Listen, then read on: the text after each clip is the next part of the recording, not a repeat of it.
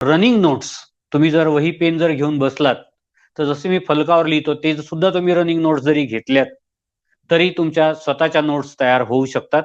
म्हणजे एकदा तुम्ही पाहिलं, एकदा तुम्ही नोट्स तयार केल्या का तुम्हाला पुन्हा वाचण्याची गरज पडेल असं मला वाटत नाही. म्हणून आपण अध्यापन करत असताना म्हणजे ऍक्टिव्हली तुम्ही करू शकाल हे दोन्ही. जर लिखाण सोबत सोबत करणार असाल तर तुम्ही ऐकायलाही चांगले आहे आणि पाहाल पण चांगले आणि लिहाल पण चांगले आणि एकदा ऐकणं आणि एकदा लिहिणं यानं तुमचं दृढीकरण झाल्याशिवाय राहणार नाही. म्हणून तुम्ही त्याचा एक विचार पक्का करा. दुसरी महत्वाची गोष्ट, प्रत्येक संकल्पना जर स्पष्ट झाल्या असतील तर त्यावर कोणताही प्रश्न तुम्हाला विचारला तर तुम्हाला त्या संकल्पनेवरचे कोणतेही प्रश्नाचे उत्तर सहजतेनं देता येऊ शकेल.